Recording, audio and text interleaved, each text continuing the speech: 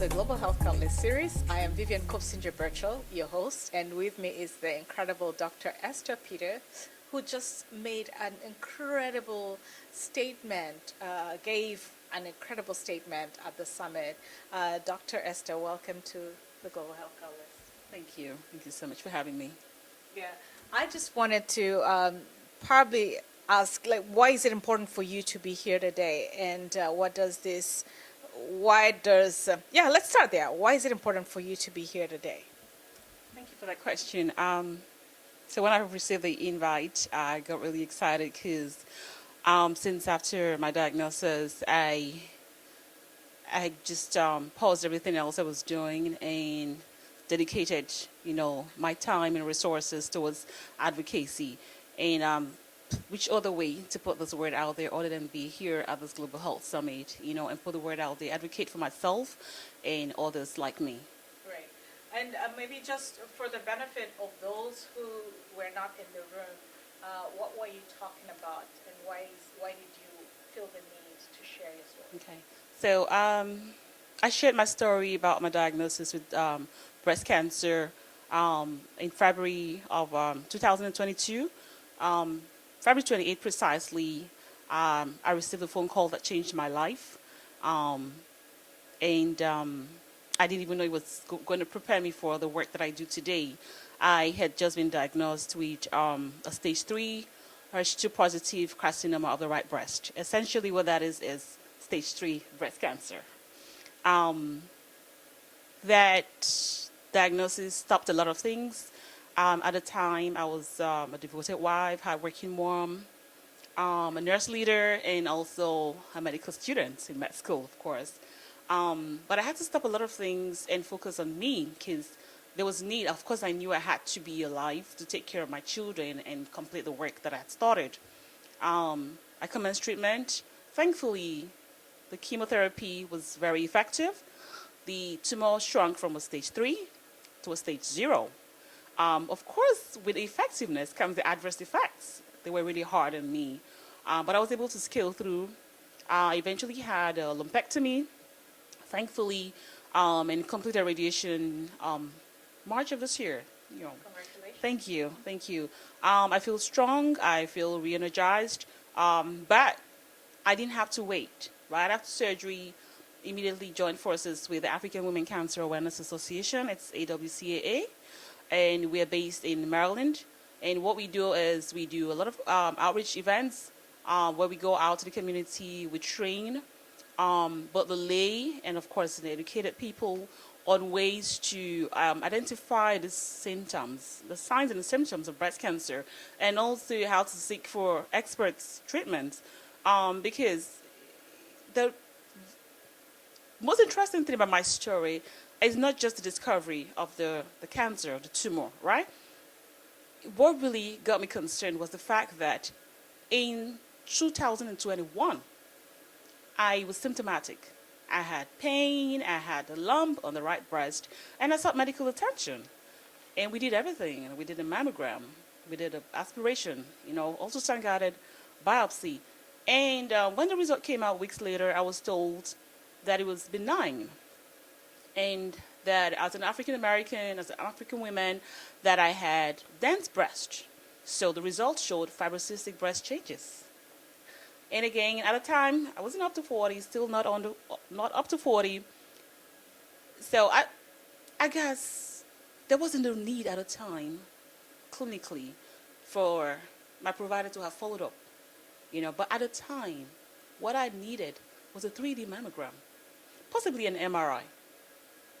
It wasn't done. I was happily dismissed. I was happy, of course. Who wouldn't be happy with that result? It's benign. You go about your business. You have all these goals. You have all these things to do. A few months later, I found myself in a hospital. I had to do a CT scan of the chest. There's something else. And whatever we were looking for was negative, but the doctor walked back into the room really concerned.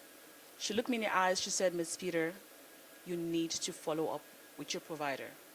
At that time, I knew something had changed.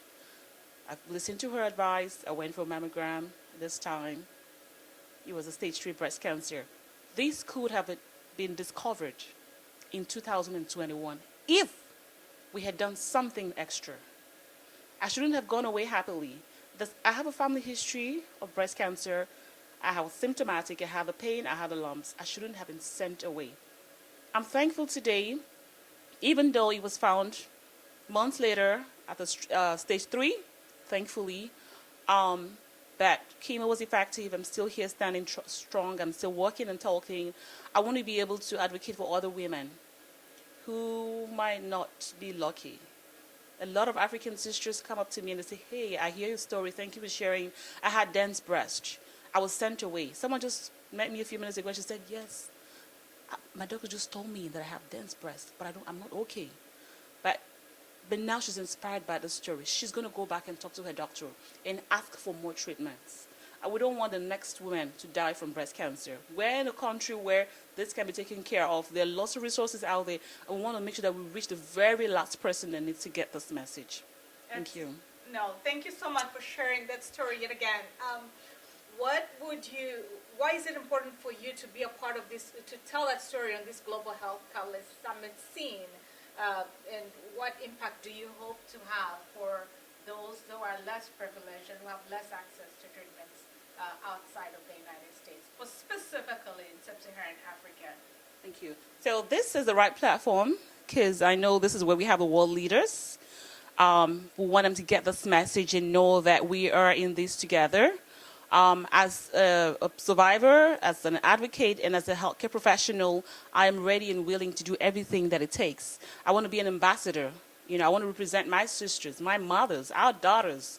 We're here. We're privileged to be in the United States of America, but I am also of African descent. I'm originally from Nigeria. I want to represent my Nigerian mothers, sisters, daughters. I'm the voice. I want to be the voice. I want to be the face. I want to give them hope. There's something that comes with the diagnosis of cancer. People from African heritage sometimes tend to shy away. Sometimes you tell your family and they escalate the fear and the anxiety. There's already anxiety, depression that comes with the diagnosis. And then sharing it with family, they even worsen that. So when it happens, we find a lot of our mothers and sisters hiding this information and try to deal with it. And by the time it comes out to the open, it's late stage. I just lost a brother-in-law a couple of weeks ago, April 12th, to colon cancer. It wasn't out in the open until late. Now, we want to be able to give hope to our sisters, our mothers, our daughters, and let them know that there is life after cancer. Cancer is no longer what it used to be 10, 20 years ago. Cancer is treatable. People can survive cancer. People can go about their activities. People can stay and live for their loved ones. That is really what we want to do. Thank you. No, thank you so much, Dr. Esther. It's really humbling and incredible to just hear your story and hear your dedication and commitment to advocating for especially the Black women. This is why, we need to, this is what we can do to bridge those healthcare blind spots that I like to call them, so that we can give opportunities for Black women to survive, thrive, and excel. So thank you again for being a part of the Global Health Catalyst Summit. My pleasure. And, thank you for having me. Thank you. And to our viewers, please look out for other videos showing highlights from this Global Health Catalyst Summit. Thank you for watching Healthcare Blind Spots. Till next time.